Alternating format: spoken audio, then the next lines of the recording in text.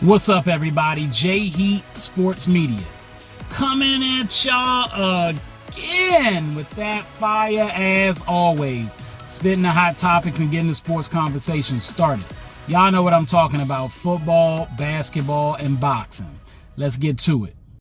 So, the Dallas Mavericks are pulling a number on these Minnesota Timberwolves.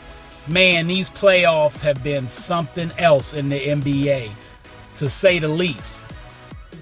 Ant-Man, Karl Anthony Towns, Rudy Gobert and company, with the leadership of Mike Conley, these guys have been the best defensive team in the league. They've been playing with grit and heart and determination and inflicting their will on teams, sweeping the Suns, and then going in a back and forth battle with Denver, beating them on their home floor in a Game 7 after already beating them twice on their home floor. So beat them 3 times in Denver. No one saw that coming. And then now they got the home court against the Dallas Mavericks. Ant talking big mess, talking about how he got Kyrie, want to see how he does with that challenge. And Kyrie answered the bell. First game out the gate, had like 20 plus in the first half, going at Minnesota. Now, granted, that isn't all on Anthony Edwards. They use Kyrie out of a lot of PNRs, and he is a master with that ball handling skill and his ability to weave in and out with his footwork around the picks and find his sweet spot, which makes it hard to guard him. Plus, he works off the ball. But when he's got the ball in his hand, he's slithering in and out and in between and finding ways to get Ant off of him. And Jaden Daniels whenever he switches over. So Kyrie is a menace.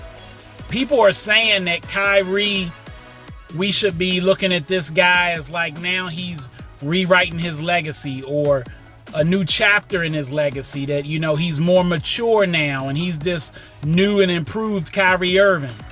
I ain't buying that. See, I'm a Duke Blue Devil fan. I've been a fan of Kyrie since back when he was at Duke. Even with only a few games he played in college, it was evident he was that dude. And in Cleveland, Rookie of the Year, he was nice. You know, he won MVP of the All-Star game, which caught LeBron's eye. But what we've known about Kyrie, the positives and the negatives, we know that he hasn't been quite suited to be the main star on the team, especially if he's the main point guard, because he plays better when he can be score first, preferably off the ball. That didn't go well being the main guy in Cleveland before LeBron. Didn't go well in Boston. Didn't even go well while Kevin Durant was healing when he was in Brooklyn. But we know when Kyrie's playing off the ball in Cleveland, he was dangerous. In Brooklyn, when the big three were on the floor together and he could play off the ball with Harden handling the ball and KD at times, he was dangerous. So this is Kyrie Irving, and this is perfect, him playing with Luka. The one issue I had when they got together was their defensive abilities. And Kyrie has shown when he puts his mind to it, he's a decent defender. Not a first team or second team, third team, all defender type guy. But he can play a little D. But he's gotten a little bit better at D, I'll give him that. And so has Luka made an effort to be better at defense, even though he's not a lockdown guy, but they just not Olayan guys. But we knew he could play well off the ball.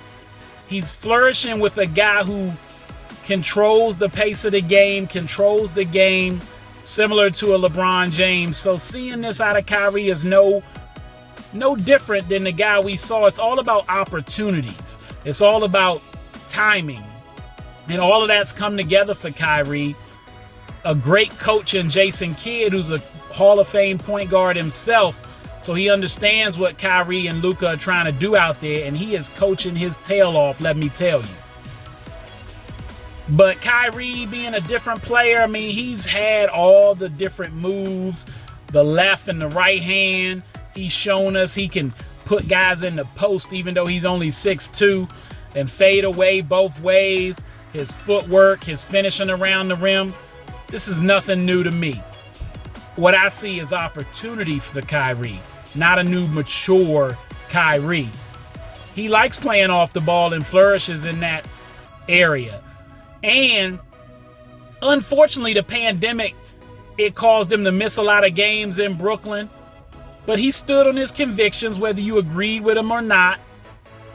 It was what it was. And if we were still dealing with that unfortunate situation where a team was forcing Kyrie to have to be vaccinated or he couldn't play, Kyrie probably wouldn't be playing.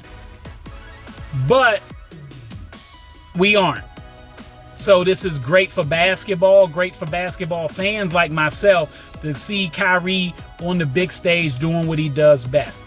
He's been clutch, he's been big time, and he's been a pain and a terror to check. And it's beautiful seeing what him and Luka are doing together, because Luka's a killer too. And Luka wants to be that main guard, that main lead, and he needed somebody else who could take the weight off of his shoulders at times and carry the scoring load, which Kyrie's perfect for. So it looks like a perfect marriage right now. Can Minnesota turn it around and get back in it? I don't know. Luka and Kyrie are so dangerous when the game and the lights get brightest. You giving them a 2-0 lead on your home floor? Now, Minnesota, they let Denver back in the game. But see, I don't know if that's going to happen with Dallas. Will lightning strike twice like that? I doubt it. I think this series is a wrap. Dallas in 6. Maybe 5. Holla at you. All right, that's all the time I got. Y'all know what it is, and you know who you're looking for. J-Heat Sports Media.